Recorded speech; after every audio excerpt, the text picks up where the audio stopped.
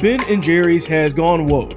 Now, to be honest with you, this is actually nothing new if you've actually followed Ben & Jerry's over the last few years. But before we get into the story, just a quick reminder to like this video, to subscribe to the channel. But the best thing you can do here is to help me out and share this video. So let's get into this story about what's going on. We have Daily Wire reporting. So basically what's happening here is that you have Ben & Jerry's that's weighing in. Feels like they have to offer their opinion about this Daunte Wright situation.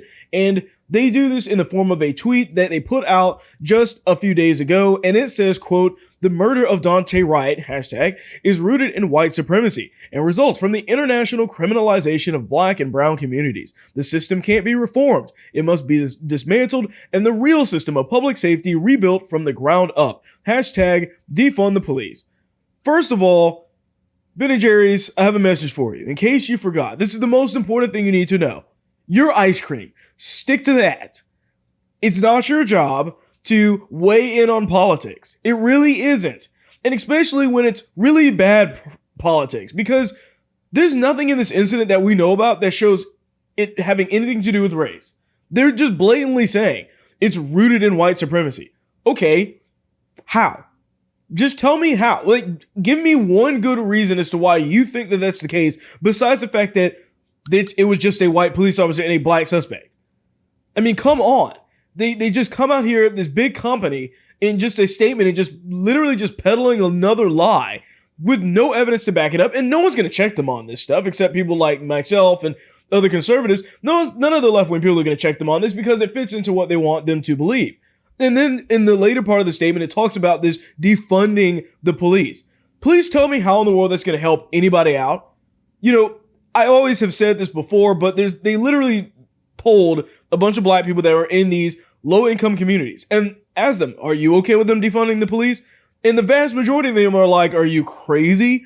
We need the police here. Like, or else the crime will go up. It's common sense. But Ben & Jerry's doesn't care. You think any of the people that are tweeting this out, any of the people that are the heads of Ben & Jerry's are living in any of these types of communities?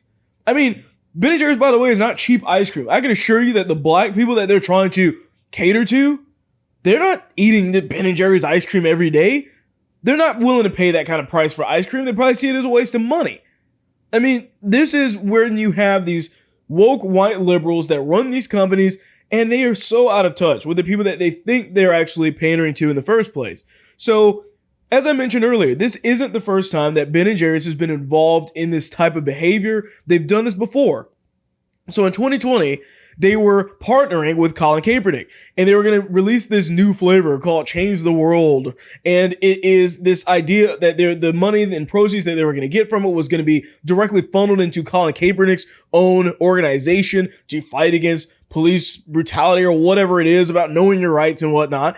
And then in 2019, they also did another partnering, I guess you could say, or an honoring of Bernie Sanders, where they co-founded the famed ice cream brand, and they announced on Friday the creation of Bernie's Back, following a similar release during the last Democratic presidential primary. And also in September 2019, they put out this new flavor called Justice Remixed, and said in a press release that the iconic ice cream company has partnered with Advancement Project National Office to launch this Justice Remixed flavor and created to spotlight structural racism in a broken criminal legal system.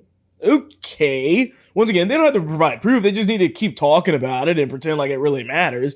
And then they also, in 2018, did the Pecan Resist, where they were trying to talk about President Trump's regressive agenda, fighting back against him and whatnot. So they've done this for the longest period of time. And this is nothing new for this type of company, and it's not new for any other real types of companies, but I just find it insane to me that you have them look at this Daunte Wright situation and just literally just call it racism with no proof. I mean, what happened to just actually needing proof for something to be racist? I mean, at this point, we're in this situation that we've talked about for years at this point, where if anything bad happens to a black person and a white person is the one that did it, it's racist. It must be. There's no other way that we can look at this. But it's not this company's business to be weighing in on these politics. It really isn't.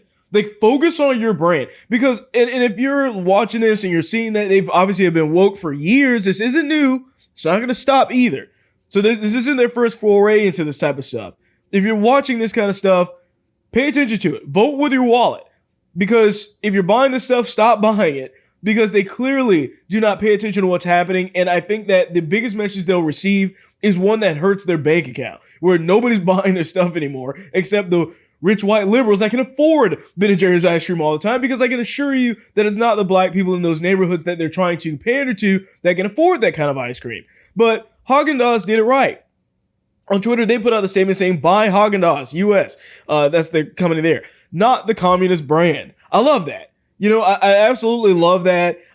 They put that out just, I believe, today. So really, at least some of the brands are taking note of this type of stuff and saying, look, you know what? We're not going to do this type of stuff. Like, we're ice cream. Like, we just stand for freedom and basic values. We're not going to get on Twitter and let this be another radical left-wing agenda that we push with every post. Like, if we're ice cream, then be ice cream. It's a really simple concept when you really boil it all down. So with that being said, I thank you for watching this video, and I'll see you on the next one.